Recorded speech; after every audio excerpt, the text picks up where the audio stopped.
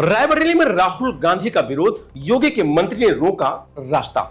Highway पर बवाल, नेपाल में हिंसा, यूपी में अलर्ट। यूपी डायरी में आज देखिए दो बड़ी खबरें।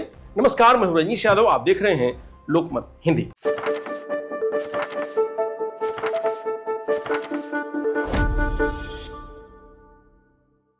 लोकसभा में नेता प्रतिपक्ष और रायबरेली के सांसद राहुल गांधी बुधवार को अपने 2 दिवसीय दौरे पर रायबरेली पहुंचे। राहुल गांधी के रायबरेली पहुंचने पर विरोध प्रदर्शन शुरू हो गया। विरोध प्रदर्शन प्रदेश सरकार के स्वतंत्र प्रभार मंत्री दिनेश प्रताप सिंह और उनके समर्थकों ने बटोही गेस्ट हाउस के बाहर किया। राज्य मंत्री और उनके समर्थकों ने राहुल गांधी वापस जाओ के जमकर नारे लगाए। प्रदर्शन के दौरान उत्तर प्रदेश सरकार के मंत्री दिनेश प्रताप सिंह ने अपने समर्थकों के साथ हाईवे पर बैठकर प्रदर्शन किया। यह घटना हरचंदपुर थाना क्षेत्र के अंतर्गत बटोही होटल के पास हुई, जहां राहुल गांधी का कार्यक्रम था। सुनिए दिनेश प्रताप सिंह ने क्या कहा। पहली बार बिहार में मोदी जी की मां को गाली देने के बाद रायबरेली राहुल गांधी जी आए थे, जिन पर भारतीय जनता पार्टी के कार्यकर्ताओं का प्रतिशोध हुआ। लोगों ने नाराजगी जाहिर की, लेकिन दुख है, नाराजगी जाहिर करने के बाद, नाराजगी जाहिर करते समय रायबरेली के पुलिस के लोगों ने कार्यकर्ताओं के साथ दुर्व्यवहार किया, मारपीट भी की, झंडे छीन लिए, माइक छीन लिए। मुझे यह भी कहते हुए दुख हो रहा है कि राहुल गांधी जी नेता प्रतिपक्ष लोकसभा में हैं, वो कैबिनेट मंत्री का दर्जा उनको है, उनको प्रोटोकॉल होना चाहिए जितना एक कैबिनेट मंत्री को मिलता है, अथवा हो सकता है एलओपी को कुछ और मिलता हो, वो भी दे दिया जाए। लेकिन आप सब भी रायबरेली के हो, हम भी रायबरेली के, मुझे बताओ, 2 दिन का लगातार रेगुलर डायवर्जन रायबरेली में किया गया, क्या यह कभी आपने रायबरेली वासियों ने कभी देखा? इस दौरान राहुल गांधी ने पार्टी कार्यकर्ताओं से मुलाकात की, सामाजिक समुदायों से संवाद और पर्यावरण संरक्षण से जुड़े कार्यक्रमों में हिस्सा लिया। साथ ही गोरा बाजार चौराहे पर नवनिर्मित अशोक स्तंभ का लोकार्पण भी किया। बता दें कि राहुल गांधी 10 सितंबर को अपने दौरे की शुरुआत हरिचंदपुर विधानसभा से की। यहां पर बूथ स्तरीय कार्यकर्ताओं के साथ बैठक किया और संगठन को मजबूत करने की रणनीति पर चर्चा की। इसके बाद वह प्रजापति समाज के लोगों से संवाद किया, उनकी समस्याओं को सुना और समाधान के लिए विचार और विमर्श किया। तो वहीं नेपाल में 2 दिनों से जारी हिंसा और उपद्रव का असर यूपी से लगे नेपाली जिलों को चपेट में ले लिया है। महाराजगंज से लगे नेपाल वाले हिस्सों में बुधवार को फिर से हिंसा भड़क गई है। सरकारी दफ्तर को उपद्रवी ने आग के हवाले कर दिया है। कुछ जगहों पर तोड़फोड़ भी की गई है। भारत नेपाल बॉर्डर सीमा पर नेपाल की जेल से भागे 9 कैदियों को एसएसबी ने हिरासत में ले लिया है। महाराजगंज के सोनौली बॉर्डर से 4 और सिद्धार्थनगर के खुनबा बॉर्डर से 5 कैदियों को पकड़ा गया है। भारतीय सुरक्षा एजेंसियां कैदियों से पूछताछ कर रही हैं। इधर यूपी से लगे नेपाल के 600 किलोमीटर बॉर्डर की सुरक्षा में एसएसबी और पुलिस के जवान सतर्क रहे। रात भर पेट्रोलिंग चलती रही। लखीमपुर, महाराजगंज और बहरेच में बॉर्डर सील होने की वजह से भारत के 200 से ज्यादा ट्रक ड्राइवर नेपाल के हिस्से में फंस गए हैं। उन्हें डर सता रहा है कि हिंसा उनके ट्रक को फूंक ना दे। वहीं महाराजगंज के सनौली बॉर्डर पर भारत की तरफ से ट्रक की 8 किलोमीटर लंबी लाइन लग गई है।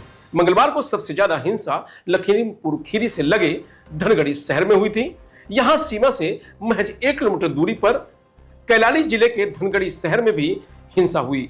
यहां भीड़ ने 6 बार के पूर्व पीएम शेर बहादुर सिंह देउवा के घर में घुसकर मारपीट की और उनकी पत्नी को बेरहमी से पीटा। यहां हिंसक प्रदर्शनकारियों ने विदेश मंत्री आरजू राणा देउवा के आवास, मुख्यमंत्री कार्यालय और कई राजनीतिक दलों के दफ्तरों में आगजनी की थी। धनगढ़ी में प्रदर्शनकारियों ने जेल पर धावा बोल दिया है। यहां बंद सभी कैदियों को छुड़ा लिया है। हिंसा को नियंत्रित करने के लिए धनगढ़ी में कर्फ्यू लागू कर दिया गया है, जबकि भारत नेपाल सीमा पर लखीमपुर खीरी में सुरक्षा व्यवस्था कड़ी कर दी गई है। वहीं बहरेच नेपाल बॉर्डर पर बांके जिले के नेपालगंज शहर में टायर जलाकर प्रदर्शन हुआ था।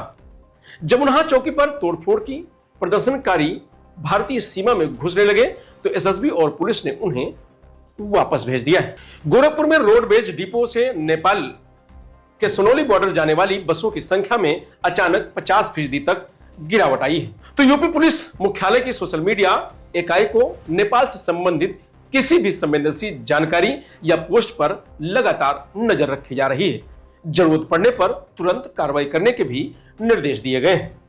यूपी पुलिस राज्य में कानून व्यवस्था बनाए रखने और नेपाल में फंसे भारतीय नागरिकों को हर संभव मदद उपलब्ध कराने के लिए पूरी तरह प्रतिबद्ध है। नेपाल के राजनीतिक हालात पर नेपाल के पूर्व प्रधानमंत्री डॉक्टर के.आई. सिंह के पोते यशवंत शाह ने लखनऊ में कहा कि 8 सितंबर को राजधानी में एक शांतिपूर्ण विरोध प्रदर्शन आयोजित किया गया था।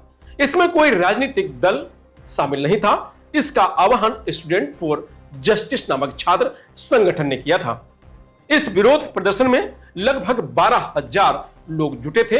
विरोध प्रदर्शन और प्रदर्शनकारियों को रोकने के लिए पुलिस ने बल प्रयोग किया। पुलिस ने प्रदर्शनकारियों पर गोलियां चलानी शुरू कर दी। देश लंबे समय से भ्रष्टाचार से जूझ रहा है। अच्छे पर्यटन और कारोबार के बावजूद यहाँ भारी गरीबी और बेरोजगारी है। देखिए, ये जो एक प्रोटेस्ट है, ये 8 तारीख को एक प्रोटेस्ट था जिसको होना था काठमांडू में। माइती घर एक जगह है वहां पर, और it was a peaceful protest और इसमें कोई भी ऐसी बात नहीं थी, कोई भी पॉलिटिकल पार्टीज इन्वॉल्व नहीं थी इसमें। एक वो स्टूडेंट्स फॉर जस्टिस करके एक बॉडी है, उन लोगों ने ये एक मुहिम चलाई थी। और उसमें हुआ क्या कि जब सब पीसफुल प्रोटेस्टर्स कलेक्ट होने लगे तो 12,000 से ज़्यादा लोग सुबह 10 से 11 बजे के अंदर जमा हो गए थे। तो उसमें जो पुलिस ने क्या करा कि उनको तितर बितर करने के लिए, कि उनको ये था कि सोशल मीडिया में सरकार की बुराई ना आए, केपी शर्मा ओली जो प्रधानमंत्री थे उनकी बुराई ना आए, तो उसको रोकने की कोशिश करी गई। तो उसमें क्या होता है कि बल का प्रयोग करा गया। तो आप डेमोक्रेसी में आप ऑफ कोर्स आपके पास में राइट है दैट आप प्रोटेस्ट कर सकते हैं, बट उसको पुलिस कैसे रोकती है इसका एक तरीका होता है। आप ये नहीं कि आपने इनोसेंट जो प्रोटेस्टर्स हैं उनके ऊपर सीधे गोली चलवा दी ना। गोली चलवाने से क्या हुआ कि बहुत सारे लोगों को उसमें गोली लगी। बहुत और भी जगहों में जो पुलिस है वो बल का प्रयोग करती है, बट बल उसमें क्या होता है कि आपको रबर बुलेट्स फायर होते हैं, एंड एक इंटरनेशनल रूल कहता है कि आपके वेस्ट के नीचे पर फायर होना चाहिए।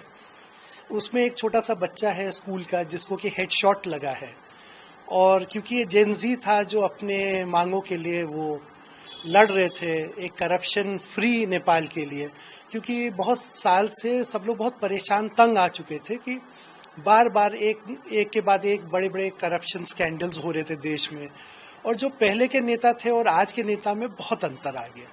आज एवरीथिंग जो है वो पैसे के बल पर हो रहा था, कि करप्शन बहुत ज़्यादा लाज था और कंट्री काफ़ी पैसा कमा भी रहा है, बहुत अच्छा बिजनेस भी चल रहा है, बहुत अच्छा टूरिज्म भी चल रहा है, फिर भी लोग गरीब हो रहे हैं, फिर भी उनको नौकरियां नहीं मिल रही है।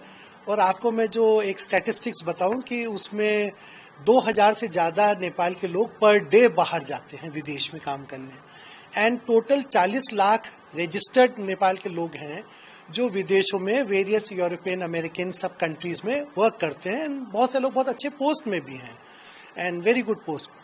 तो आप अगर एकदम से सोशल मीडिया साइट्स को बैन कर देंगे तो उनका जो संपर्क है अपने परिवारों से, बहुत सारे दुर्गम क्षेत्र में रह रहे हैं, तो वो सब कट हो जाता है। तो it was uncalled for situation कि ये तो एक डेमोक्रेसी है ना, आप तो आंसरेबल हैं टू द पीपल। आप ये नहीं कि मन मर्जी से जो चाहें आप वो चलाने लगे। और मुझे तो बड़ा अजीब लगा जब एक प्रधानमंत्री का मैंने एक वक्तव्य सुना कि 20 साल की उम्र में शादी कर लो, 30 साल में अपना सेटल हो जाओ, रह लो। When people should be talking about jobs है, एम्प्लॉयमेंट है, डेवलपमेंट है, ये सब। तो इसी दौरान ये कोई भी चीज एकदम से नहीं हुआ है। ये एक कहना चाहिए सिचुएशन था जो बहुत टाइम से डेवलप हो रहा था और बार बार लोग इसको उठा रहे थे, लेकिन जो करप्ट नेता है उनके कान में इसका सिचुएशन का कोई वो कुछ ठीक से करने को तैयार ही नहीं थे।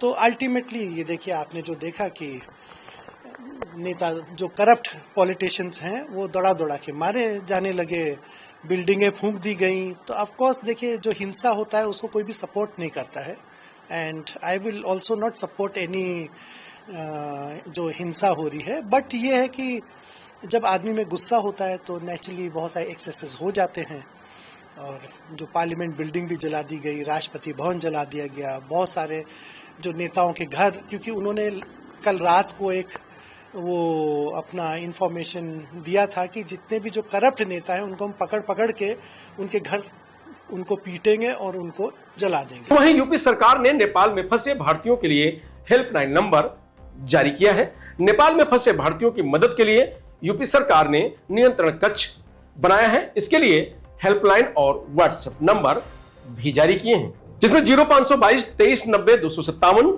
27 240 10 और व्हाट्सएप नंबर 94 54 40 16 74 है। नेपाल में हालात बिगड़ने के चलते सीएम योगी ने सीमावर्ती जिलों में सुरक्षा बढ़ाने के निर्देश दिए हैं। इसके बाद यूपी पुलिस के डीजीपी राजीव कृष्ण ने आदेश जारी किया है कि नेपाल से सटे सभी जिलों में पुलिस 24 घंटे अलर्ट रहे। भारतीय नेपाल सीमा को सील कर दिया गया है। मंगलवार दोपहर से ही गोरीफंटा सीमा पर सन्नाटा पसरा हुआ है। अधिकारियों ने अगले आदेश तक सीमा सील करने का आदेश जारी किया है। इस दौरान डीएम और एसपी भी भारत नेपाल सीमा पर पहुंचे। उन्होंने एसएसबी और पुलिस अधिकारियों के साथ बैठक की और इलाके का जायजा लिया। फिलहाल यूपी डायरी में आज इतना ही। कल फिर मिलेंगे नई खबरों के साथ। तब तक आप बने रहिए लोकमत हिंदी के साथ। नमस्कार।